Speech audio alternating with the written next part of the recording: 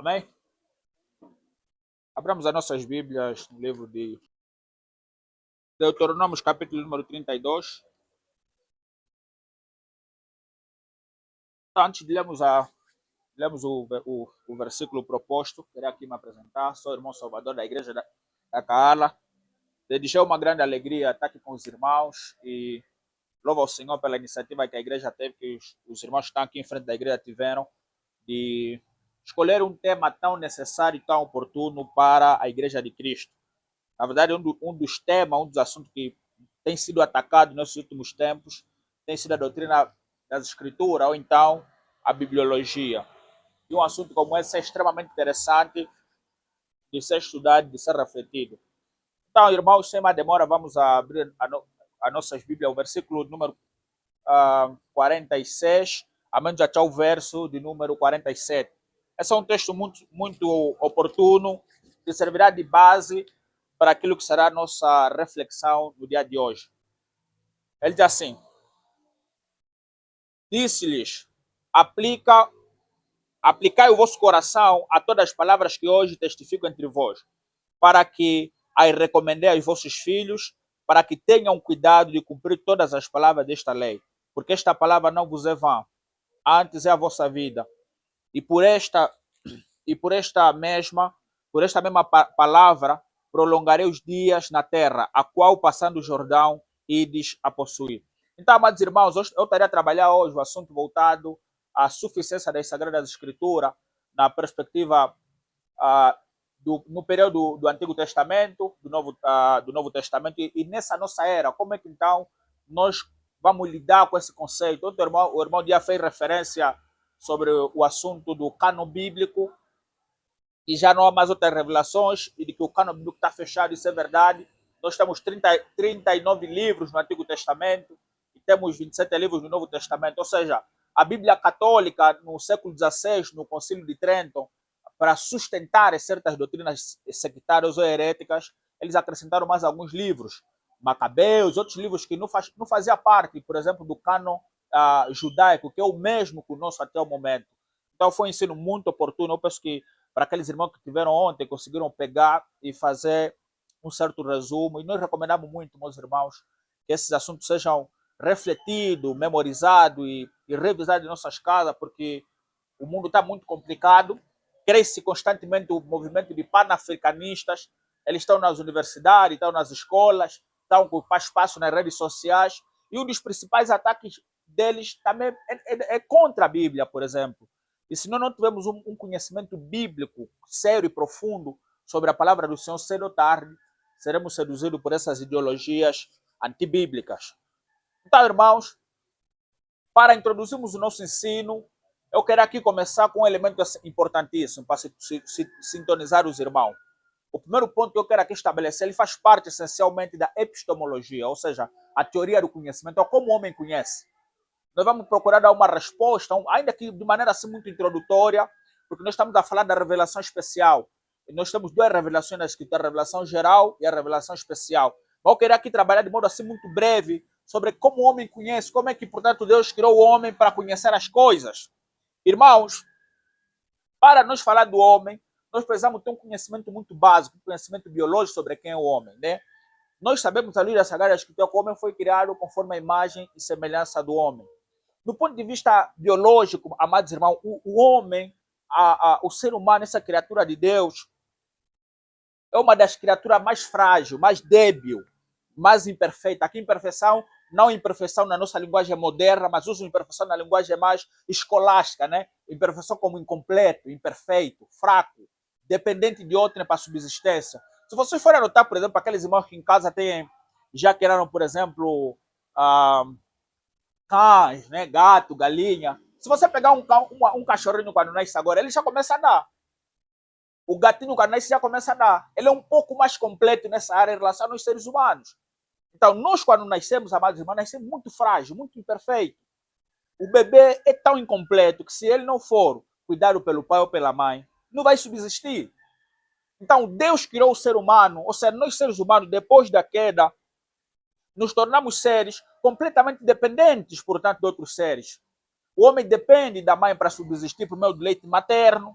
e etc, etc. Então você nota o modo como o homem cresce, ele conhece, até para falar. Nós dependemos de outros seres humanos, e etc, etc. Então, esse é um aspecto que nós precisamos conhecer, a imperfeição do homem, que as coisas não acontecem por acaso. Se hoje nós sabemos uma outra coisa, é porque nós fomos instruídos. Então, como o homem conhece? Deus cria o homem, amados irmãos, com... Não vou trabalhar de maneira assim muito exaustiva, mas vou procurar ser um pouco mais lacônico sobre essa proposta aqui, mas ao mesmo tempo que eu serei lacônico, mas serei um pouco claro. Deus criou o homem com vários sentidos. De maneira assim mais comum, nós conhecemos 5 sentidos: audição, visão, tato, olfato, paladar. Vejamos, amados irmãos, o homem criado por Deus, a Bíblia diz que Deus criou o homem conforme a sua imagem e semelhança. Esse termo imagem ou imaginação é o sentido interno. Temos outro sentido, que é o sentido religioso, o senso divinitatis, né, conforme João Calvino diz nas institutas da religião cristã. Ou seja, por natureza, o homem só conhece por meio dos seus sentidos. Por exemplo, irmãos, quem é cego não consegue ver a luz do sol.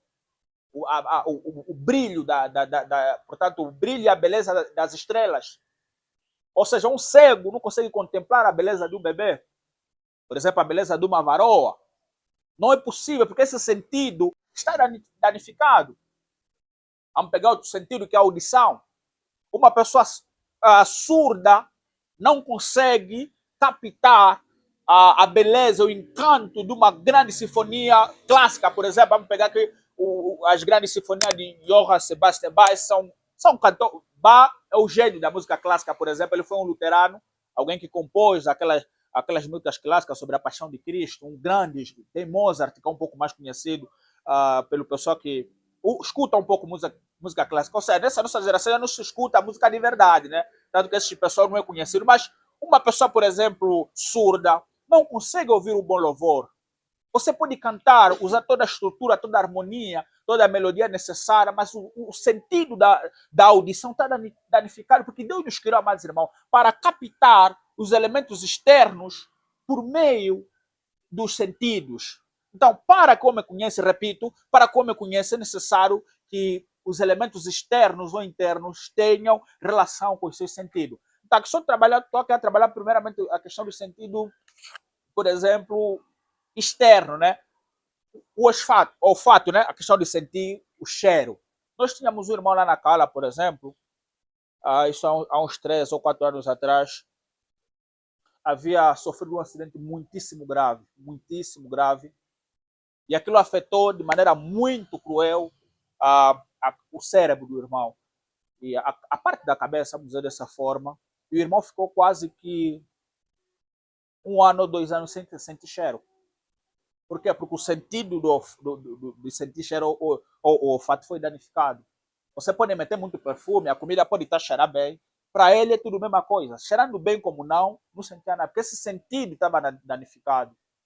Então, irmãos, o sentido é próprio da natureza humana. Aliás, esses cinco sentidos externos nós compartilhamos também com os animais. O cão, se você lhe furar os olhos, não vai conseguir enxergar o caminho de voltar para casa. Então, tem um sentido que é distinto. Aliás, os 2 sentidos que eu vou trabalhar da Canadá são simplesmente do homem, são exclusivos do homem. Por isso que até o pessoal da biologia ele define que o homem é um animal racional, né? Para diferenciar o homem dos demais animais. Mas nós, do ponto de vista bíblico, amados irmãos, nós entendemos que o homem não é necessariamente um animal como os demais animais. O homem é um ser diferente, é uma criatura diferente. E o outro sentido que eu quero aqui trabalhar, mas que isso é próprio do ser humano, é a razão. A razão é a capacidade de ter a percepção do presente, do passado e do futuro, ou seja, de saber aquilo que é certo, aquilo que a coisa é. Então, nós também, Deus nos criou com essa capacidade, Deus nos criou, portanto, com essa graça. Então, o homem é um ser racional, saber o certo e errado, ter a percepção do logos, né, da palavra. Então, em nós há essa estrutura, essa capacidade. O cão não consegue ter essa percepção do conhecimento. Mas Deus nos deu chama a linguagem um pouco mais filosófica, é o conhecimento inato, né? Deus nos deu essa capacidade de ter o conhecimento inato. E o outro sentido é o senso divinitatis, tem-se dito no campo da antropologia que o homem, por natureza, é um ser religioso. Ou seja, natureza é aquilo que é próprio de um ser, é aquilo que é próprio de um ente, aquilo que é próprio ou seja, aquilo que é próprio de um ser, né? Por exemplo, é próprio da árvore de abacate produzir abacateiro, é próprio, por exemplo, da mulher ter útero, tanto que para você dar conta se alguém é mulher ou não, nem precisa viajar muito, é só o útero, porque o útero é uma expressão da natureza feminina, macho e fêmea. Então, também é próprio, é característico do ser humano ter o senso do divino, ou seja, Deus nos criou para lhe adorar. Deus nos criou, portanto, para lhe servirmos. Isso faz parte da nossa. Isso nem precisa ser intelectual. O senso divinitatis, esse sentido do religioso que há em nós, você pode ir lá nos Mumuila, né, do povos indígenas, etc. Todo mundo lá está a adorar qualquer coisa. Por quê? Porque você não faz aquilo que nem é da tua natureza. Nós, por exemplo, irmãos, nunca tivemos necessidade de estar debaixo da água como um peixe, ou de voar, porque não é próprio da nossa natureza voar. Não é próprio da nossa natureza, por exemplo, dormir nas ruas, né? Subir nas árvores, como aquela questão do filme de Tarzan, que tentaram criar um homem como se fosse um animal, mas não é próprio do homem viver nas árvores. E alguns dizem que o homem é um animal social, né? Há muitos sociólogos que trabalham essa tese. Então, amados irmãos, nós precisamos ter esse entendimento, essa compreensão, de que o homem, para que ele conheça algo, Deus lhe dotou com esses três sentidos. Sentidos externos, comumente os cinco sentidos, sentido interno, que é o conhecimento inato, então a razão, a imaginação, a imagem, e o senso divinidade, que o homem é um ser religioso. Irmão, essa questão de ser ateu, isso é uma mentira. Por natureza não existe a possibilidade do homem ser ateu.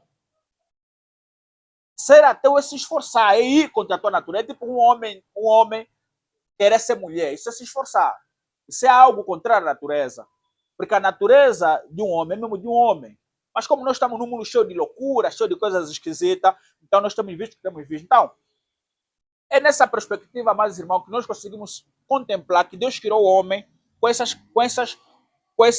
qualidades, com esses atributos, para que ele tenha acesso ao Logos, para que ele tenha acesso ao conhecimento, ao mundo criado por Deus. Então, com base nisso, nós, na Bíblia Sagrada, nós temos aquilo que é a revelação geral ou especial. Então, Deus nunca deixou o povo sem testemunho da sua existência. Está lá em Romanos capítulo 1, verso 19 ao verso 20, Atos 17. Outros textos que trabalham com muita profundidade sobre o conceito bíblico da revelação geral. A revelação geral, amados irmãos, é o conhecimento que Deus dá de si mesmo a todos os seres humanos. Mumuila, Nganguela, Ovimbundo, pessoal de Luanda, pessoal daqui do Amba, etc. Todo tipo de pessoas. Então, essa é a revelação geral. Ou seja, Deus se revelou, se manifestou a toda a sua criatura. Então, como ter conhecimento da revelação de Deus numa perspectiva geral? É por meio da natureza. Deus se revelou na natureza, se revelou na consciência, como está lá em Romanos capítulo 2. Deus se revelou da providência na história. Então, para que nós conheçamos a Deus, amados irmãos, numa perspectiva mais geral, não é preciso você saber ler, por exemplo, não é preciso aliás, conhecer, não uso o termo conhecer, saber que existe um Deus, né? O conhecer está intrinsecamente ligado com koinonia, com comunhão. Para que nós saibamos que existe um Deus, que Deus existe, não é preciso você ir na igreja, por exemplo, ler a Bíblia, isso não é preciso. É só olhar nas obras criadas, contemplar a estrutura e a complexidade humana, estudares um pouco de biologia, anatomia, a célula, você vai notar que é tão complexo, é tão harmônico, é tanta sabedoria que há numa célula, por exemplo, no código gênico, você não consegue dizer que aquilo veio por acaso. Então, Deus, amados irmãos, mostrou a sua sabedoria, o seu poder, a sua omnipotência nas obras criadas. Então, por meio das coisas criadas, nós temos conhecimento que existe um Deus. Quando você vê uma criança, você vê um homem, uma mulher, você não, isso não pode vir por acaso. Por exemplo, a teoria da evolução é, né, uma teoria muito antibíblica, muito boba. Ele defende a seguinte tese, que o homem evoluiu lenta e gradativamente até se tornar um ser humano durante bilhões e bilhões de anos. Pá, isso é algo que só aceita quem quer ficar meio maluco. Né? O que foi de Robert dizendo-se sábio, tornaram-se loucos. Por que essa teoria não se sustenta com base nas leis da natureza. Por exemplo, dentro da anatomia humana, nós temos órgãos ímpares e os órgãos pares. Um dos órgãos ímpares, e sem ele não existe vida no corpo humano, é o coração. O que significa? Então, primeiro evoluiu o fígado, depois evoluiu o coração até ter vida. É muita loucura, mas irmão, que existe nesse mundo. Então, sem coração, então ele vai desenvolver os rins, depois ver o apêndice, depois ver o sistema digestivo. O sistema digestivo evoluiu um pouquinho mais, cresceu a flora bacteriana, depois cresceu um pouco o cérebro. Há muita coisa errada nessa ciência. O homem foi criado completo, amados irmãos. Só é possível o homem funcionar se ele for criado com todos os sistemas dele completo. Fora disso, vai trabalhar de maneira desarmônica, então não vai funcionar, principalmente com base nos órgãos ímpares. Que os ímpares você pode trabalhar sem por exemplo, sem um pulmão, né? Vai viver por um tempinho. Você pode ver só com um rim, vai viver um tempinho, mas você não consegue ver sem um fígado. Você não consegue ver sem um cérebro, você não consegue ver sem um coração, porque são órgãos vitais do ser humano. Então, a ideia não é desenvolvermos muito essa questão aqui epistemológica, mas é tentar mostrar aos irmãos como então o homem conhece, como o homem chega ao conhecimento por meio dos sentidos, conforme eu já fiz referência. E outro ponto importantíssimo, então aí nós chegamos na seguinte proposição. Nós partimos do pressuposto, irmãos, de que os homens, os seres humanos, todo mundo, por meio da revelação geral, do conhecimento que Deus deu de cima, todos os seres humanos conseguem chegar ao conhecimento de que existe um Deus. Isso é uma certeza. Por isso que, irmão, a ideia de que Deus existe não existe. Isso é uma certeza de que Deus existe. De que Deus se revelou em toda a sua criação. Isso deve estar já claro. Agora, a dúvida dos grandes sábios, eu sou da ala que acredita que onde houve muita sabedoria como tal, é mesmo na Grécia. Os gregos fundaram boa parte das ciências. Podem vir esses panafricanistas, começar para nós africanos, é que inventamos dali daquela. Eles têm essa teoria, mas eu não acredito muito nisso, porque até onde eu tenho contemplado, os sábios africanos, né? E os sábios gregos, nós, por exemplo, temos a tríade grega, Sócrates, Platão e Aristóteles. Nós vimos, não sei se plagiaram ou não, mas no pouco que nós já vimos, por exemplo, na ciência, de que Aristóteles, esse pessoal edificou, é muita coisa grande, é muita coisa gigantesca. Eles são os fundadores da filosofia, tal como nós conhecemos hoje em dia. Eles fundaram muitas ciências, amados irmãos. Agora, o problema não está se existe um Deus ou não. E nós vamos chegar, porque eu estou a preparar o terreno para tentar trazer aquilo que nós vamos trabalhar hoje. E muito do que estaremos aqui a contribuir, o irmão Dias já fez referência ontem. O ponto essencial, o grande problema, amados irmãos, outrora, não era se existe um Deus ou não. Porque essa questão de ateísmo é recente na história da humanidade. A grande pergunta, amados irmãos, desde os tempos passados até então, quem é esse Deus? É conhecer esse Deus de maneira pessoal. E não é possível conhecer quem é esse Deus sem o acesso a um conhecimento especial ou então específico. Tanto que, na escassez ou na ausência de revelação de Deus se comunicar especialmente à sua criatura, houve muita conjectura, muito misticismo, muita invenção de deuses. Para aqueles irmãos que amam literatura clássica, vão ler Eneida, vão ler, portanto, os grandes livros da literatura clássica, os épicos. Lá você vai notar o tipo de deuses que os homens construíram. Deuses assassinos, deuses adúlteros, deuses invejosos, deuses, portanto, cheios de vícios. Vocês leem, você vai notar um panteão de vários deuses lá na Grécia. Quando Paulo chega no Aeropago, você vê que o pessoal lá estava a disputar vários deuses. Por quê? Porque não é possível conhecer o Deus verdadeiro sem que ele se faça conhecer a sua criatura. Não é possível, meus irmãos. Aristóteles não foi ateu. Platão também não foi ateu. Sócrates não foi ateu, mas que Deus ele cria? Tanto que na filosofia tem o Deus de Aristóteles, né? O primeiro motor imóvel. Por meio da razão, do raciocínio lógico, você pode chegar a descobrir certas verdades.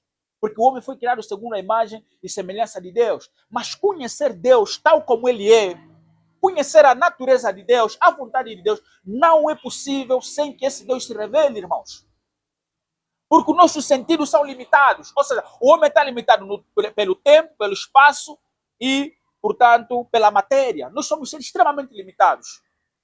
Então, se o homem só conhece por meio dos seus 5 sentidos, e dos 2 sentidos que eu fiz referência, o Deus Todo-Poderoso, tal como ele é, não é possível ser alcançado por meio desse sentido. É aí, irmãos, onde nós entendemos que até mesmo a graça já começa a se manifestar aqui.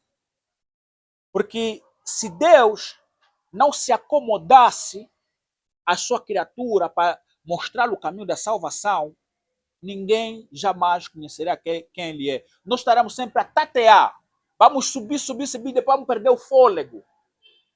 Aristóteles teve uma metafísica muito boa. A metafísica é uma espécie de teoria, mas ele perdeu o fôlego. Não conseguiu galgar, subir mais um pouquinho, porque o homem não consegue conhecer quem Deus é sem que Deus se revele. Não é possível, irmão. Vamos adorar aves, vamos adorar quadrúpedes, vamos adorar reis, vamos adorar heróis. Porque o homem tem portanto, é da natureza humana, como já disse, reitero, e eu vou repetir muito, eu abraço muito a didática da escolástica. Alguns irmãos vão saber um pouco o que é escolástica. Nós entendemos que a repetição é a mãe da memorização, meus irmãos.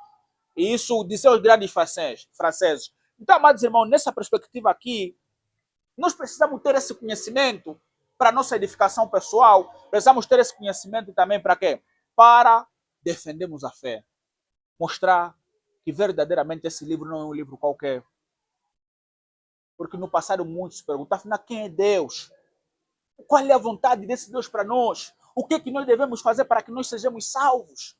Tanto que você vai notar toda a religião do mundo, as pessoas com um animalzinho nas mãos, levando, subindo num sítio para oferecer a uma divindade. Ou aos seus ancestrais, ou fomos panafricanistas ter defendido, ou a um animal qualquer, ou à lua, ou ao sol, ou ao mar. Porque se Deus não se fazer conhecido, meus irmãos, pela grande necessidade que nós temos de adorar, vamos criar deuses conforme a imagem e semelhança do homem. Deuses com características de homens. Deuses adúlteros, deuses bêbados, deuses ladrões, deuses invejosos, deuses ciumentos. Vamos criar esse tipo de deuses. É essa condição de escuridão que o povo gentil outrora vivia, meus irmãos. Que nós vivíamos aqui na África. E com nossos irmãos angolanos, não irmão em Cristo, nossos irmãos angolanos, Genstas, Ido Frutunato, entre outros, e Ginga Candimba, querem nos fazer voltar naquela escuridão. Deixa esse cristianismo dos portugueses de parte. Isso é falta de conhecimento histórico, irmão. Desde quando que o cristianismo é dos portugueses? Epa, deixam isso, vamos voltar a adorar os ancestrais, porque o cristianismo é a causa da nossa pobreza. Os portugueses, quando vieram aqui, trazeram, portanto, o cristianismo. Os portugueses jamais trazeram o cristianismo aqui, trazeram o catolicismo romano. Diga-se de passagem. Mas eles querem nos fazer voltar aqui no cemitério, fazer aqueles rituais, beber sangue de porco. Para deve voltar, eu não volto a beber sangue de porco, irmãos. Eu não volto a beber sangue de porco. Porque nós já fomos libertos pela verdade. Então, irmãos, eu tentei usar esse todo panorama na intenção de nós contemplarmos o quão grandiosa, o quão tremendo, o quão profundo é a revelação que Deus deu a nós. Então, irmãos, como disse, é impossível, isso deve estar claro na nossa mente, é impossível conhecer quem é Jesus Cristo, conhecer quem Deus é, conhecer a natureza de Deus, a vontade de Deus, o caminho da salvação fora da Bíblia. Isso deve estar claro, meus irmãos. Se não tivermos acesso a esse livro, jamais chegaremos à salvação ou ao conhecimento do caminho. Porque aqueles homens se perguntavam, qual é o caminho da salvação? Porque eles contemplaram o mundo ao seu redor e que o mundo estava cheio de maldade, cheio de coisas erradas, sofrimento, morte. E eles perguntavam, porque se a vida, por exemplo, é só mesmo para morrer ou acabou, não faz sentido viver, por exemplo. Tanto que a doutrina da imortalidade foi criada por Platão. Por quê? Porque ele notou, naquele contexto todo, qual é o sentido de lutar tanto, de trabalhar duro, de ir na guerra, lutar contra a pátria, se depois da morte não há mais esperança? Então, naquele todo desespero e sem acesso à revelação divina, criaram deuses para lhes dar esperança. Porque a coisa mais doentio que existe nesse mundo é viver sem esperança. Isso é muito perturbador. Logo, nós temos a percepção bíblica de que Deus olhou a nossa desgraça. Deus olhou a miséria humana, a incapacidade do homem chegar ao conhecimento da verdade, tal como ela é, pelos seus próprios esforços. E Deus, graciosamente, de maneira poderosa, fantástica, extraordinária, decidiu se acomodar. Essa é a doutrina da acomodação divina, da doutrina da imanência, ou seja, Deus usou métodos, ou seja, meios humanos, para nos dar a conhecer a sua vontade, ou nos dar a conhecer quem Ele é. Lembramos, amados irmãos, que a língua de Deus não é a língua dos homens. Às vezes pensam que Deus fala um bundo, ou que Deus fala inglês, ou grego, ou hebraico. Não, Deus não tem esse tipo de idioma, irmãos. É um meio que Deus utilizou para nos levar a lhe conhecer. Nós temos o antropomorfismo, né, na Bíblia, que mostra que Deus tem braço, né, Deus tem pé. Isso é uma metáfora, uma figura de linguagem que Deus usou. Então, Deus usou a linguagem humana para Ele se fazer conhecido a nós. Ou seja, dentro dessa toda estrutura, nós temos a palavra, que é a revelação especial de Deus. A forma de como Deus comunica aos seres humanos quem Ele é, a sua vontade e o caminho da salvação acima de tudo. Tá, amados irmãos? É aí que nós, na procura de caminho de salvação e nunca encontrando, Deus decidiu se revelar de maneira intencional e perfeita aos seres humanos. Logo, ter esse livro na mão já é um milagre. Ou seja, ter a Bíblia na mão já é um milagre, porque nós temos acesso ao conteúdo perfeito e infalível de Deus em nossa posse. Então, meus irmãos, com base nisso, que a ideia não é desenvolvimento do conceito da revelação especial, mas só queria trazer isso. E esse livro é tão importante, mas tão importante, que se você estudares um pouco a história do mundo, você vai chorar muito.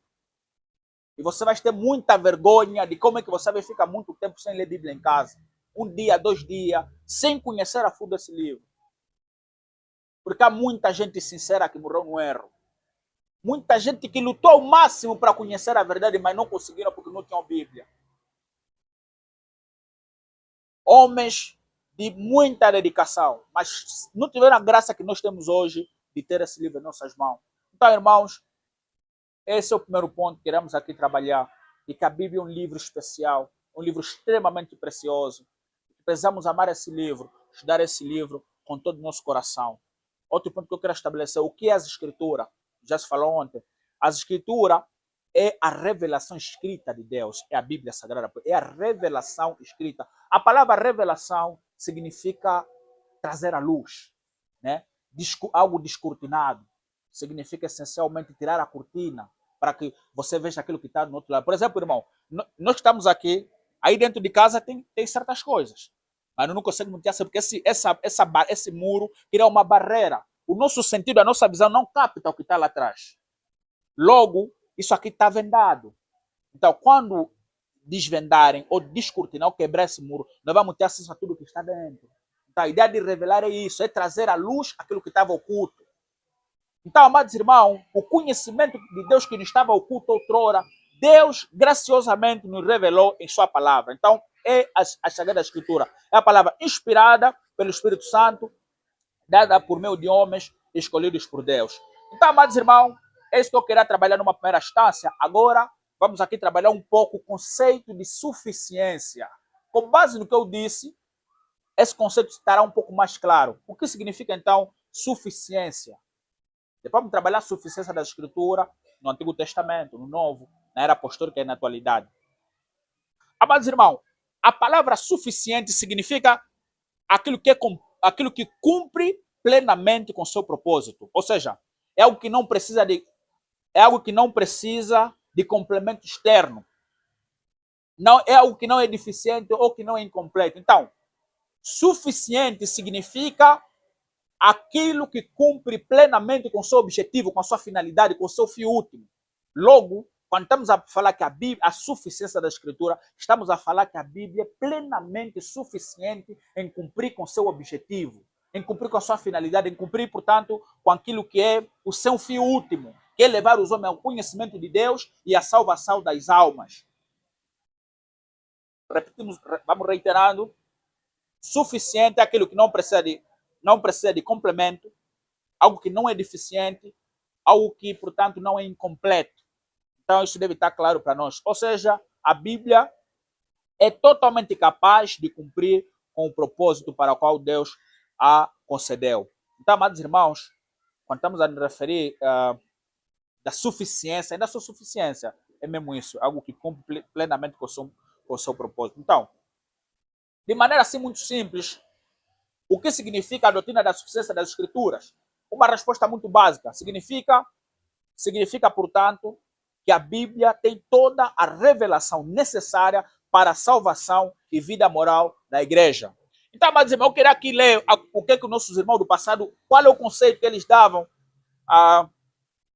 No encontro passado, o irmão Dia fez referência, citou um autor muito respeitado no campo da história da igreja, que é o Flávio Josefo. Ele tem um livro muito importante com o título História dos Hebreus. E lá ele trabalha muitos elementos importantes. Tá? Essa aqui é a Confissão de Fé de Londres, Confissão de Fé Batista de Londres, de 1689. Um resumo muito fiel daquilo que é a doutrina bíblica. E aqui os irmãos, no século XVI, eles resumiram o conceito da suficiência da Escritura com muita profundidade e muita graça. Foram irmãos que tiveram graça da parte do Senhor para nos ajudarem a interpretar esse conceito. Abro aspas, ele diz assim: a Sagrada Escritura é a única regra suficiente, certa e infalível de todo o conhecimento salvífico, fé e obediência. Embora a luz da natureza e as obras da criação e da providência manifestam, até certo ponto, a bondade, a sabedoria e o poder de Deus, de forma a deixar os homens indesculpáveis. Porém, essas manifestações não são suficientes para conceder o conhecimento de Deus e da sua vontade, que é necessária para a salvação. Portanto, aprove ao Senhor, muitas vezes e de muitas maneiras, revelar-se, declarar a sua vontade à sua igreja e, posteriormente, para a melhor preservação e propagação da verdade e para o mais seguro estabelecimento e conforto da igreja contra a corrupção da carne e a malícia de Satanás por meio das Escrituras, por meio do mundo, colocá-la por completo em forma escrita. Então, irmãos, os irmãos do Westminster, eles também, o conceito é o mesmo, né? Tanto que aqui, o que está aqui nesse artigo, no capítulo 1, sobre a Bíblia Sagrada, sobre a Sagrada Escritura, que aqueles irmãos, num contexto de muita perseguição, muita dificuldade, eles têm a responsabilidade de conservar a doutrina e instruir as crianças, os irmãos da igreja. Na altura, eles já mostraram isso, que a Sagrada Escritura é a única regra suficiente. Não é a palavra de um apóstolo, de um pastor, de um doutor, de um teólogo. Não. É a Sagrada Escritura que é a única regra suficiente, certa e infalível de todo o conhecimento salvífico. Ou seja, a Bíblia é suficiente, ela é completa, ela é plena em cumprir com esse objetivo de levar o homem ao conhecimento da salvação, fé e obediência. Então, isso deve estar claro para nós. Então, o conceito é esse, irmão, de modo assim muito simples. Não vamos aqui citar certos autores, o Wayne Grudem, o Luiz Berkoff, entre outros, para não sermos aqui muito cansativo, mas a ideia é tentar trazer o sentido é esse, de que a Bíblia é suficiente para a nossa salvação e para a nossa conduta. É suficiente, irmãos. Vamos desenvolver esse conceito mais abaixo. Então, quando estamos a nos referir a isso, irmãos, você já consegue analisar algo muito sério. Por exemplo, eu tive um debate o ano passado com um dos discípulos de Cacó Filipe, uma seita muitíssimo perigosa, agente de Satanás, em que na percepção deles, eles trazem a ideia de que fora de Cacó Filipe não há salvação. Eu fiquei muito assustado a contemplar a ousadia que aquele pessoal teve em mostrar aquilo. Eles negam a doutrina da suficiência da Escritura.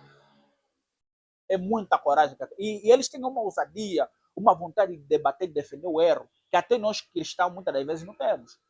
Tem tanta coragem de querer rasgar a Bíblia, etc, etc. Mas eles negaram essa doutrina elementar da fé cristã. Fiquei muito assustado ao ver a grande perdição que virá sobre esses varões.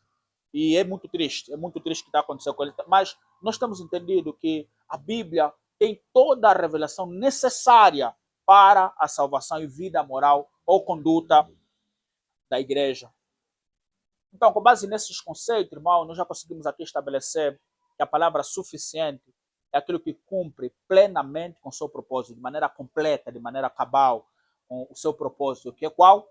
De levar-nos ao conhecimento de quem Deus é, ao conhecimento de quem é Jesus Cristo, ao conhecimento sobre, da vontade do Senhor e sobre como viver de modo a agradar a Deus aqui nesta terra. Então, a Bíblia cumpre completamente com esse fim, 100% com esse fim. Então, como a Bíblia lidar com o conceito doutrinal, ou seja, doutrinal sobre a suficiência no período do veterotestamentário, ou seja, do Antigo Testamento.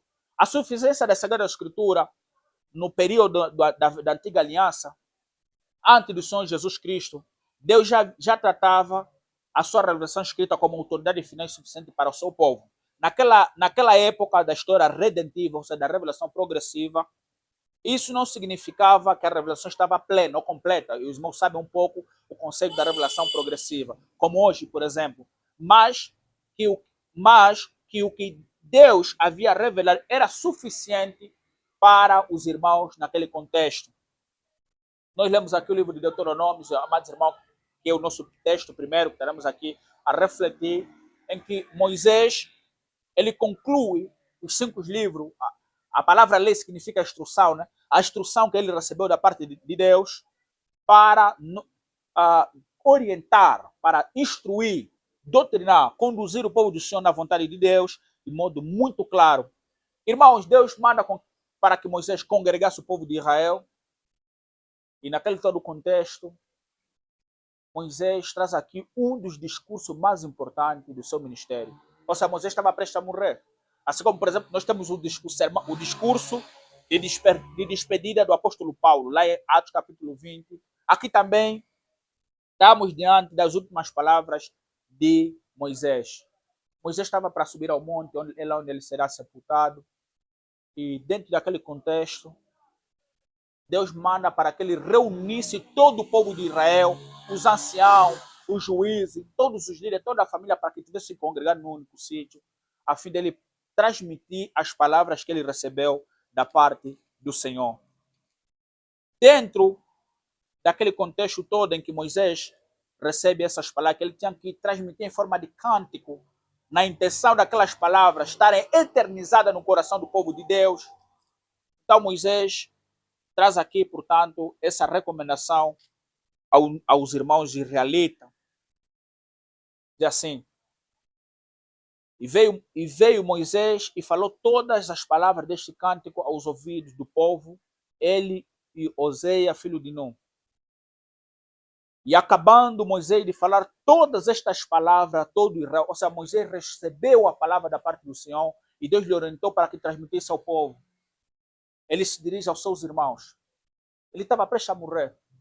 Eventualmente os israelitas, como muitas das vezes acontecia com eles, talvez dariam ouvidos à voz do encantador, à voz do maligno, à voz do povo ao seu redor.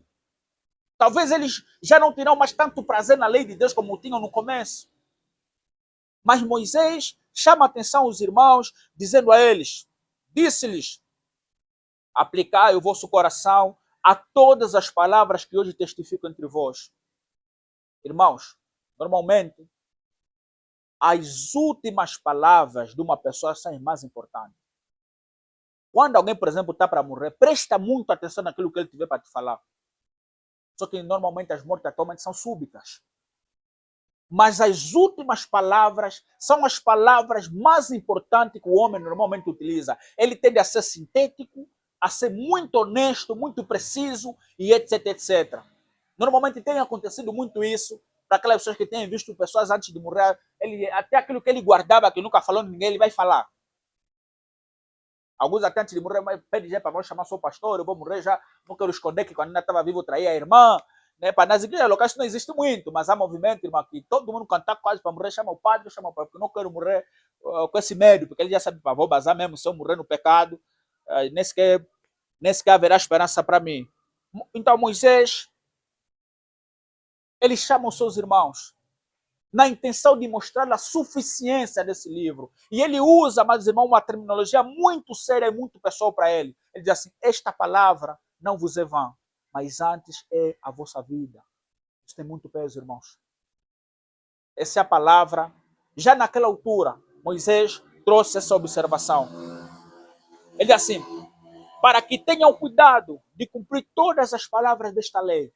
E foi também Moisés, no capítulo 28, né, que ele diz que aquilo que nos foi revelado é para nós, o que não nos foi revelado não é para nós. Foi também ele que diz para não se aumentar nada e nem se diminuir nada do livro da lei. Está lá no livro de Deuteronômio, capítulo 4, verso 2, assim, nada acrescentareis às palavras desta lei e não diminuireis também nada. Mas eu queria aqui, amados irmãos, apresentar aquilo que Moisés está dizendo aos seus irmãos. Aplicai o coração a todas as palavras, porque esta palavra não é vã, é a vossa vida. Mas antes é a vossa vida. Versículo 47. E por esta palavra, ele diz, por esta mesma palavra prolongarei os dias na terra, a qual passando o Jordão ides a possuir. Então Moisés traz essa verdade aos israelitas, apresentando a eles, portanto, a suficiência, a plenitude da lei de Deus. Que não era necessário se aumentar nada. E ele usa aquilo que é essencial do ser humano, que é a vida. Ele pega as escrituras e pega a vida e diz assim, essa palavra que eu estava a falar é a vossa vida. Você é muito mais importante do que a vossa vida. Logo, vocês vejam, irmãos, o peso que as escrituras dá das próprias escrituras. Por isso que, amados irmãos, precisamos diariamente contemplar isso. Que o livro que nós temos na nossa mão não é algo inútil, não é algo, portanto, de brincadeira, mas é a nossa vida. O Senhor Jesus Cristo, usando a mesma expressão do Antigo Testamento, quando ele foi tentado pelo diabo, portanto, lá no deserto, ele evoca a doutrina da suficiência das Escrituras. Cristo disse a Satanás, não só de pão viverá o homem, mas de toda a palavra que sai da boca do Senhor. Mais uma vez ele mostra que a palavra de Deus é suficiente. Ela é plena, ela é completa para absolutamente tudo. Logo, irmãos, não venhamos a dar ouvido à voz do encantador. Hoje em dia, lamentavelmente, a doutrina tem sido negociada por tradições humanas, por preceitos humanos, por necessidades humanas, por desejos, etc, etc. A doutrina está a ser subvertida, a palavra de Deus está a ser subvertida para agradar homens e mulheres. Estamos num momento muito obscuro da história do cristianismo. Nunca se viveu uma época na história da fé cristã tão nebulosa, tão pesada, tão sinistra como essa que nós estamos a viver. E todo mundo tem Bíblia em casa, no telefone, na rua. A Bíblia está conosco 24 sobre 24 horas. Mas pouco hoje em dia lê a Bíblia. Isso é muito grave, meus irmãos. Nós estamos a falar só dos de fora. Antigamente, nosso discurso era muito mais corajoso, muito mais ousado, porque nós nos orgulhávamos, porque verdadeiramente nas igrejas locais, todo mundo lia a Bíblia. Por ano, amados irmãos, nós liamos a Bíblia mais de 4 vezes, de capa a capa. Quem é da nossa geração já leu a Bíblia de capa a capa mais de 5 vezes, mais de 10 vezes de capa, de Gênesis a Apocalipse. A pessoa pode até não querer acreditar, irmãos, mas isso nós vimos de perto, nós lemos. Porque nós entendíamos desde muito cedo, ou seja, a ênfase nesse ensino era tão grande, mas tão grande, irmão, que você dormiria perturbado se não lesse a Bíblia no outro dia. Ou seja, muitos não apanhavam sono, irmãos. Deveria te pesar na consciência. Está saudável, não está doente, comeu, bebeu, mas não lê Bíblia. Hoje em dia as pessoas vivem bem, tem comida, tem cá, tem varoa. 2 dias, 3 dias, 4 dias sem ler Bíblia. Eu já ouvi testemunho de pessoas com 1 semana sem ler Bíblia. Assustei, meus irmãos. Nós convivemos num tempo, queremos num tempo que era tempo parece de avivamento. Acho que aquele era mesmo avivamento. Ler Gênesis é um dia. Até tem um que lia, por exemplo, o Novo Testamento em 1 semana. Mas quando eu vi isso, me entristeceu muito. No passado nós refutávamos esses movimentos denominacionais. Muitos deles estão com a Bíblia há 30, 20 e tal anos. Nem sequer o Novo Testamento um dia leram. Porque nós, no Novo Testamento, para nós, líamos em 1 mês, 2 meses. Mas hoje em dia os cristãos estão tão viciados nas redes sociais que vai ser preciso, em tempo oportuno, as igrejas criarem um curso ou uma conferência sobre como lidar com as redes sociais. Porque não é normal cristão toda hora online vendo bobagem. horas e horas no TikTok, no Facebook, vê aquela imagem, depois a mente fica tão cheia de coisas que ela não tem prazer mais na leitura. Porque a mente viciada nas redes sociais não tem como contemplar a beleza, a glória da palavra do Senhor. Por quê? Porque essas mídias foram criadas na intenção de cativar, de seduzir, de prender a pessoa tempos atrás de tempo nisso. Louvado seja Deus por nos anos 2014, 15, 16, 17, não havia tanta internet como tem hoje. Senão não haveria homens de raízes, mulheres de raízes, que até agora estão na igreja. Porque a nova geração que está vindo agora, muitos deles, tem muito vício já. Naquele tempo, amados irmãos, por exemplo, era muito difícil você ver um irmão começar 17 horas até 5 horas do outro dia assistir série. Você veria começar 17 horas até 5 horas do outro dia lendo Bíblia, orando, ligar 0 horas no irmão para orar e para se exortar. Mas hoje em dia não consegue visitar porque está viciado em séries, redes sociais. Estamos assim, meus irmãos. Isso é verdade. Talvez não seja o teu caso, mas há pessoas que estão assim. Por quê? Porque as pessoas não estão a contemplar a beleza. Meus irmãos, nós podemos negar a doutrina da suficiência da Escritura na prática. Não é no teologicamente há muita gente que defende esse conceito. Mas como é que ele vê esse livro? Porque quando alguém contempla essa doutrina como sendo suficiente na sua vida, ele medita, ele estuda, ele lê, ele procura andar e caminhar conforme disse Moisés. Aplicam esse livro nos vossos corações. Vivam de acordo com essa palavra. Isso é muito importante para nós. Então, aqui, irmãos, Moisés apresentou já ao povo de Israel a plenitude, a perfeição, a suficiência da lei de Deus para os israelitas já outrora. Para aquele irmão que estiver com a Bíblia próximo, para abrir só o livro de Salmo capítulo 19, versículo de número 7, ao menos até o verso número 10. Quem encontrou para fazer a sua leitura? Tá? Apresenta sobre a lei de Deus. A palavra lei aqui, no original, significa escritura, instrução. A lei do Senhor é perfeita e dá sabedoria aos incautos. Quem são os incautos? Somos nós angolanos, meus irmãos. Não existe um povo aqui em Angola, ali no mundo, que eu conheço, mais louco, mais incauto, mais ignorante do que o povo angolano. Tem talvez outro povo, mas eu não conheço. Somos um povo tão analfabeto, tão louco, irmãos, tão corrupto, que se nós não lemos a palavra de Deus, não meditar na palavra, vamos nos corromper. Ou seja, por vezes nós estamos nos perguntando, o que fazer então para que esse nível de loucura, de analfabetismo, de ignorância que há em nosso país seja ultrapassado? É reverenciar e ler a palavra de Deus. É o único livro que vai nos dar sabedoria, meus irmãos. Dá sabedoria aos simples. No original, a palavra simples é mesmo que pessoa que não tem conhecimento, ignorante, insensato, louco, cego. Pessoa que procura andar segundo os seus desejos. Ou seja, o sábio é guiado pela razão e pela sabedoria. O louco é guiado pelos desejos. Está a ter desejo de querer mentir? Mente.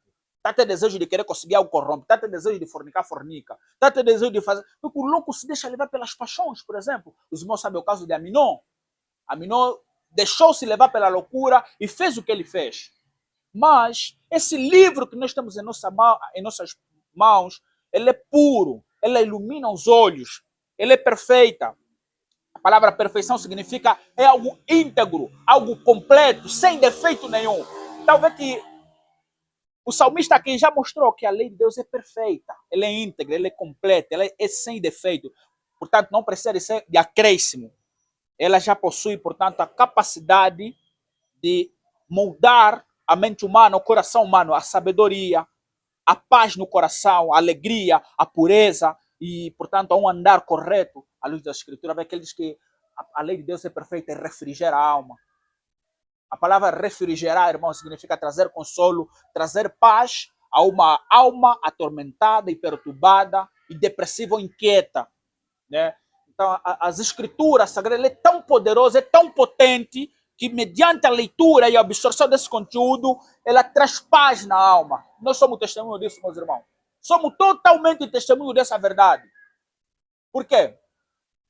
Porque quando nós estamos lendo a Bíblia, os irmãos têm visto, depois de ler a Bíblia, você não é a mesma pessoa. Fica um bom tempo sem ler a Bíblia, toda hora vai começar a se irritar. Pequena coisa já está nervoso, já está nervosa. e etc, etc. É falta do alimento espiritual. Mas quanto mais você medita na Bíblia, mais você lê as Escrituras, você está alegre e tem paz com quase todo mundo. Porque a Bíblia Sagrada é tão poderosa, mas tão poderosa, que, portanto, nos habilita a todo esse caminhar correto. E não bastante a isso, outro atributo que ele traz, que ele é pura. Então, já os irmãos outros, os irmãos israelitas, eles já contemplavam a pureza da Escritura, um livro puro, um livro sem defeito. Irmão, normalmente quando nós, por exemplo, lemos livro de teologia, lemos livro de ciência, livro das escolas, e não só, nós lemos com filtro, porque sabemos que lá há coisas erradas, é um livro que tem lacuna, é um livro que tem erro. Então, para não engolir todo o erro, temos que ler com filtro, para ver os equívocos e as coisas. Na Bíblia não deve se ler a Bíblia com filtro, irmão. Não é preciso usar nenhum filtro para ler a Bíblia, porque a Bíblia não tem erro. Nós temos que partir do pressuposto de que toda a Bíblia está certa. Vamos ler Calvino com filtro, vamos ler Martin Lutero com filtro, porque são homens imperfeitos com seus erros. Mas a Bíblia não, irmão. A Bíblia lê de maneira livre, sem colocar nenhuma barreira. Tem que ler com calma para não engolir tudo. Não, a Bíblia deve se engolir mesmo tudo que lá está. Vamos ler com diligência e com uma hermenêutica feliz e bíblica. Então, amados irmãos, poderemos até desenvolver um pouco mais, mas aí já conseguimos trabalhar um pouco. Você vê que os reis no Antigo Testamento, eles deveriam também governar por meio da Escritura. Lendo Deuteronômio 17, ele mostra que o rei deveria ter uma cópia das Sagradas Escrituras, e aquela cópia ele deveria ler todos os dias da sua vida, e ele deveria andar de acordo com aqueles preceitos, etc, etc. Há muita coisa que o Antigo Testamento traz sobre essa doutrina, e etc, etc. E você vê que Moisés, ele é usado por Deus a dizer aos irmãos israelitas que se vocês andarem de acordo com esses mandamentos, o povo ao vosso redor vão ficar admirados. E eles dirão, onde lhes veio tanta sabedoria? Onde lhes veio tanto entendimento, tanta beleza? Por quê? Porque o viver e o observar da lei de Deus traz uma conduta diferenciada. E Deus constantemente reiterava essa linguagem aos israelitas, de que esse livro é suficiente, é perfeito para eles. Então, outro ponto, amados irmãos, que nós precisamos trabalhar aqui, qual é a visão doutrinal da suficiência das Escrituras no período neotestamentário? Qual é a visão doutrinal da doutrina da suficiência das Escrituras no período do Novo Testamento, por exemplo? Irmãos, a suficiência da Escritura no período do Novo Testamento e no período apostólico, ele apresenta com muita clareza de que Deus apresentou a sua revelação de maneira cabal e definitiva na pessoa do nosso Senhor e Salvador Jesus Cristo. Ou seja, a Bíblia registra de maneira plena e definitiva de que Deus falou nesse último tempo por meio da pessoa do nosso Senhor e Salvador Jesus Cristo. As Escrituras é suficiente. Outro ponto, a suficiência agora é plena, né? Pois a obra da redenção foi revelada completamente. Então, amados irmãos, Cristo é a revelação final de Deus. Jesus Cristo é a revelação final do Senhor. O que significa, irmão, que já não há mais outras profecias, outras revelações, outros ensinamentos. Como está escrito, havendo Deus antigamente falado pelos profetas, neste último dia nos falou pelo Filho. O que é que isso significa? A revelação alcança o seu ponto primordial ou central na revelação maior do nosso Senhor e Salvador Jesus Cristo. Os apóstolos, entre outros, eles revelaram de modo autorizado aquilo que Deus exigia, portanto, deles. Por exemplo, irmão, quando nós vamos ler o livro de João mostra com clareza de que tudo quanto ele registrou para que o povo fosse salvo. Muitos textos do Novo Testamento mostram que nesse último dia Deus nos falou por meio do Filho. E aqui, amados irmãos, eu abro um parênteses muito importante sobre as marcas das seitas que vão surgindo nesse novo percurso. Essa doutrina que nós estamos a trabalhar aqui nos últimos dias, irmão, lembrai-vos que é uma doutrina central. Ou seja, uma doutrina básica da fé cristã, sem a qual, se você não crê nessa doutrina, então você não pode ser considerado como um cristão. Você não pode ser considerado como um discípulo verdadeiro de Cristo, como alguém que abraça a ortodoxia. Por quê? Porque uma das principais marcas dos movimentos sectários é negar essa doutrina. ou subtraindo ou aumentando. Vamos pegar, por exemplo, os adventistas do sétimo dia, que é uma das seitas mais perigosas do mundo. E, lamentavelmente, aqui em África, começou mesmo aqui no Ambo e lá na Kaala, no Bongo. Negam essa doutrina. No seu documento, tem lá acho que as 28 doutrinas fundamentais da igreja adventista. E uma delas é que você tem que crer no espírito de profecia, que crê nos livros, nos manuais de Ellen White, que proíbe, por exemplo, comer carne, proíbe tomar café, proíbe tomar chá preto, proíbe beber Coca-Cola, e etc, etc. Nós nos perguntamos se proíbem açúcar, né, o açúcar branco. Nós perguntamos a Ellen White, vamos açucarar como a nossa questão, se até açúcar branco é pecado? Essa às vezes a dúvida que não se cala, tudo é pecado, irmãos. Então, você vê naquele manual muita coisa incoerente, lá que é a doutrina do juízo investigativo, uma doutrina muito perigosa e antibíblica.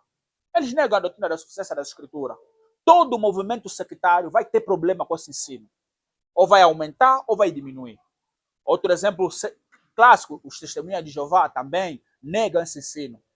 Não, nem bem assim que a Bíblia sugere. Nós precisamos da Bíblia, mais outro livro, mas a revelação do profeta. Outro ponto importante, por exemplo, é o que acontece com as novas igrejas. Aqui em Angola, como eu conversei com um teólogo, do ponto de vista de separação é difícil diferenciar neopentecostalismo e igreja pentecostal. É como se fosse tudo a mesma coisa. Irmão, na academia, toda a igreja neopentecostal é uma seita. Universal do Reino de Deus, Mundial, Diante do Trono, todas essas igrejas, tecnicamente é considerado como seita. Por quê? Porque negam a doutrina das escrituras ou da suficiência das escrituras, ou uma das doutrinas essenciais da fé cristã. A Assembleia de Deus ainda está a se discutir se também é seita ou não. Mas as neo, por exemplo, a igreja do Edir Macedo, do Vladimiro Santiago, são seitas. Vejamos, por exemplo, outro ponto também que é importante saber de uma seita é movimento religioso que negam textos bíblicos claros da Bíblia, meus irmãos. Hoje em dia, no Brasil, temos as igrejas inclusivas. Igreja que você é gay, é espadina, todo mundo está lá sentado que Jesus vos ama. Negaram uma doutrina básica da fé cristã. Tem pastores e pastoras no Brasil que são homossexuais, casou com homem igual, mas estão a dizer que nós somos pastores. E isso também, à luz da escritura, é negar essa doutrina. Por exemplo, uma das doutrinas também básica e muito clara na Bíblia é a doutrina do ministério do pastorado feminino. Alguns têm medo de falar isso, mas nós temos que falar a verdade. Toda igreja que consagra a mulher ao ministério pastoral é seita. Toda igreja que consagra a pessoa que vive no adultério também é seita, porque é doutrina básica da fé cristã, irmãos. É mais fácil as pessoas aceitar que, por exemplo, consagrar um panina é seita, né? Isso é fácil. Porque panina é aquele que faz sexo contra a pessoa, um adúltero. Mas mesmo a doutrina de mulher não pregar e mulher não ser pastora, isso não é preciso ser teólogo para entender. Mulher ser pastora está totalmente claro na Bíblia, meus irmãos. Quando você lê Timóteo, você lê Corinto, a Bíblia está clara. Não permito que a mulher ensina e nem exerça autoridade sobre a mulher. Podem tentar usar um discursinho lá no original, no contexto. Não, irmão, está claro. Tanto que essa doutrina é nova. É fruto da influência do feminismo do século XIX para cá. Feminismo, liberalismo teológico e a negação da suficiência das escrituras. A negação da autoridade da Bíblia sobre a igreja. E boa parte dessas igrejas são fundadas com base em quê? Na visão que Deus deu ao líder. Por isso que ele diz que a igreja tem fundador. Isso não é bíblico, irmãos. O fundador da igreja é Cristo, conforme a Bíblia nos ensina. Mas todo movimento neopentecostal que tem pastora, vão perguntar quem é o dono da igreja. Assim o dono é o que recebeu a visão. Você não pode me tocar, não pode falar assim comigo, porque eu recebi a visão de Deus. Essa igreja, Deus me deu a visão. Deus te deu a visão. Então o mundo está uma loucura total. Total. E nós não vamos chegar a provar que não, isso é de Deus. Irmão, nós temos que ser honestos. Se nós condenamos os católicos porque creem no magistério da igreja, no Papa, também temos que ser honestos em condenar coisa que está claro na Bíblia, irmãos. Se ser Papa é algo antibíblico, eu tomar o primado. Então, mulher ser pastora, como é que é algo bíblico? É o que dá para tolerar? Também não dá, temos que ser coerentes. Ou vamos engolir tudo, ou vamos ser sinceros. E eu vejo, às vezes, muita inconsistência, muita assimetria no nosso trabalho apologético. Por exemplo, o movimento da TJ, né? O povo angolano não conhece muito Bíblia. Por isso que eles são contra o TJ, porque proíbe doar sangue e lá no hospital as pessoas estão a morrer. Para eles é só isso. Mas há coisas mais graves. Nega a doutrina da divindade de Cristo. Nega a doutrina da Trindade. A Adventista também nega a doutrina da divindade de Cristo. Nega a doutrina da autoridade da Escritura, da suficiência da Escritura. Eles é Bíblia mais Ellen White.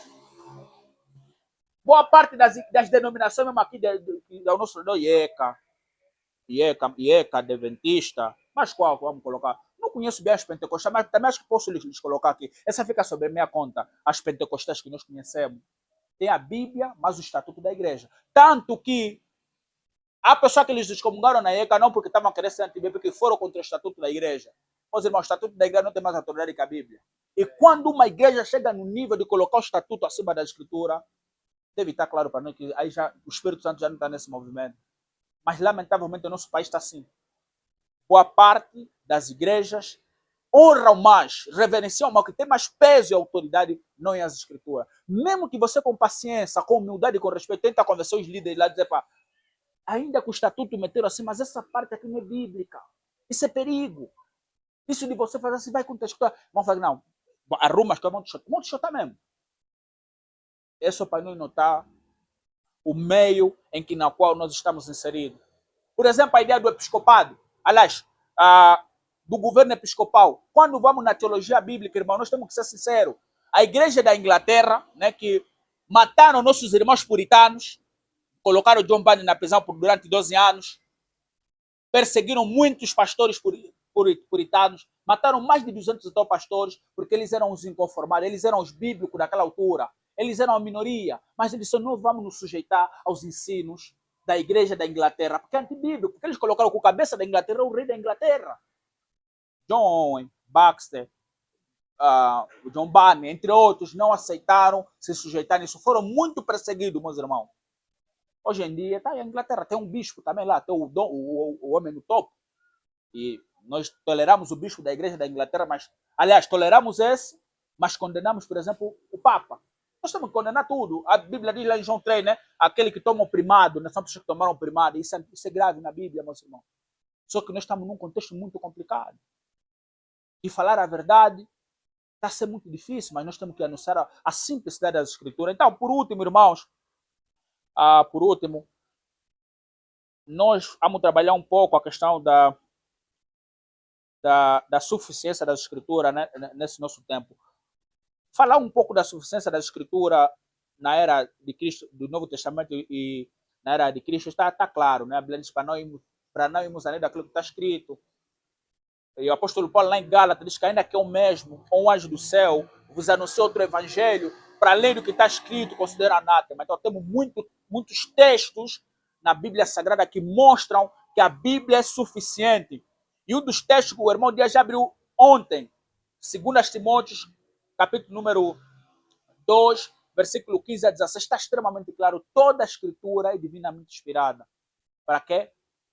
Para a correção, para a instrução. Depois mais abaixo ele diz, para que o homem de Deus seja perfeito e aperfeiçoado para toda boa obra. Então, esse é o texto clássico, irmãos, dessa doutrina. Quando estamos a falar da doutrina da suficiência da Escritura, o texto é 2 Timóteo, capítulo 3, versículo 15 a 17. Ele lá mostra o porquê que a Escritura é suficiente para a vida de fé, prática e moral do povo do Senhor. Então, por isso que não estou a me deter aceitando muitos dos pontos que já se trabalhou ontem, e os outros irmãos vão trabalhar amanhã, domingo, excessivamente. Mas eu quero aqui trabalhar, mais irmão, alguns pontos importantes. A Bíblia mostra, para não ultrapassar o que está escrito. Lá no livro de Apocalipse também está escrito, maldito é aquele que aumentar algo ou diminuir algo do livro da profecia, Apocalipse capítulo 22. Não se deve diminuir nada, não se deve também acrescentar. Devemos nos manter na simplicidade das Sagradas Escrituras. Então, por que, irmãos, por último, que a necessidade da suficiência da Escritura? Por que da necessidade da suficiência da Escritura em nossos dias? Irmãos, nós vivemos numa geração que tem muito conhecimento de muitas coisas, mas que conhece pouco a verdade das Escrituras. Leem tudo, leem todos os anúncios nas redes sociais, mensagens, notícias da cultura, mas ler as Escrituras como tal é bem difícil. Ou seja, nunca se falou tanto sobre espiritualidade, nunca se falou muito sobre coisas de viver bem, de autoestima, autoajuda, etc, etc. como nesses últimos tempos, mas o fundamento bíblico, a suficiência da Escritura, não tem sido enfatizada como tal. Nós vivemos, amados irmãos, numa geração muito complexa. A era ou a geração das revelações, das profecias. De Deus me falou, Deus me apareceu. Deus me ungiu para trazer essa palavra para ti. Deus me ungiu para fundar essa igreja com esse nome. Cai fora, Satanás. Porque os nomes já estão claros na Bíblia. Mas, lamentavelmente, amados irmãos, nós estamos nessa confusão.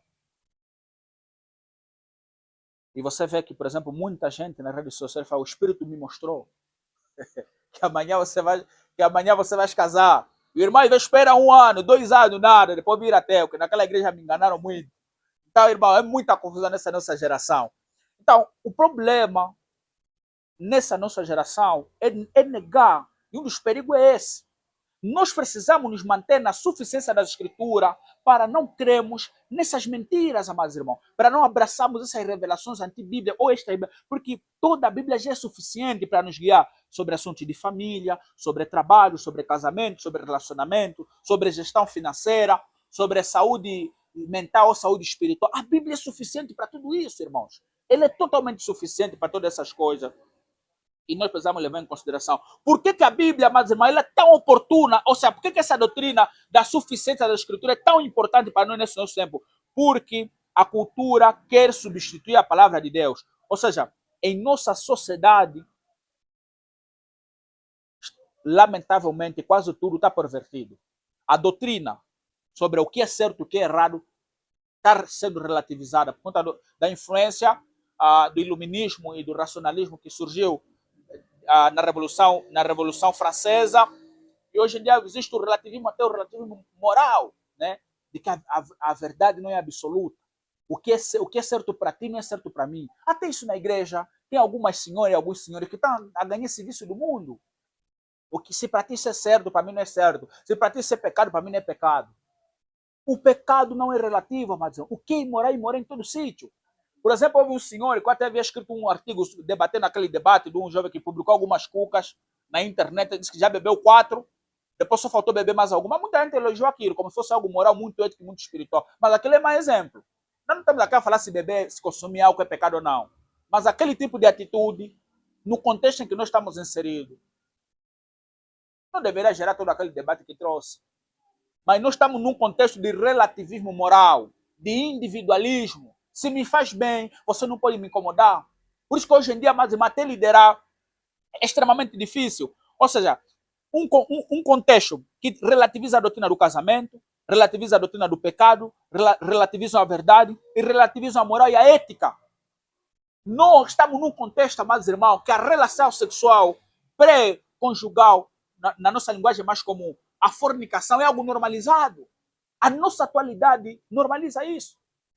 E você vê que esse pecado é tão grave, tão cruel, amados irmãos, tão diabólico, e quão comum em nossa sociedade, que até nós na igreja está a ser difícil manter os irmãos e as irmãs que ainda não se casaram puro, porque a relação sexual só é permitida dentro do casamento. Toda relação sexual fora do casamento é pecado. Logo, já casou, se dormiu com outra varoa, peca. Não casou, se dormiu também com a pessoa, peca. Mas o que a nossa sociedade ao redor diz quando você noiva alguém? Até mesmo o próprio pais que não conhecem a Bíblia, que vão abrir as portas da mão, filho, você agora aqui sinta-se à vontade. Porque não conhece a Bíblia. E o irmão, se estiver muito fraco espiritualmente, vai debater com os líderes. Pá. Lá já me permitindo. Vocês são o que para me proibir? Você não casaste, irmão. Não, tudo bem, não casei, mas Moisés, por exemplo, também lhe permitiram. Mas nós estamos num contexto, irmão, de que por conta da influência do mundo na igreja, também está difícil os crentes manterem a pureza. A verdade já não está sendo mais absoluta como antes. No passado estava muito claro que para pagar para entrar em qualquer tipo de concurso de trabalho é pecado. Mas hoje em dia, isso pode gerar assembleia.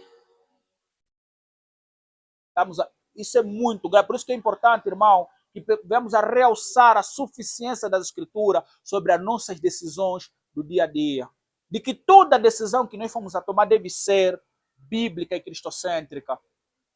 Porque em nossa atualidade, por conta dessa cultura imoral e corrompida, não está fácil se manter fiel e íntegro. É mais fácil roubar, furtar, corromper, para prosperar do que ser íntegro e paciente.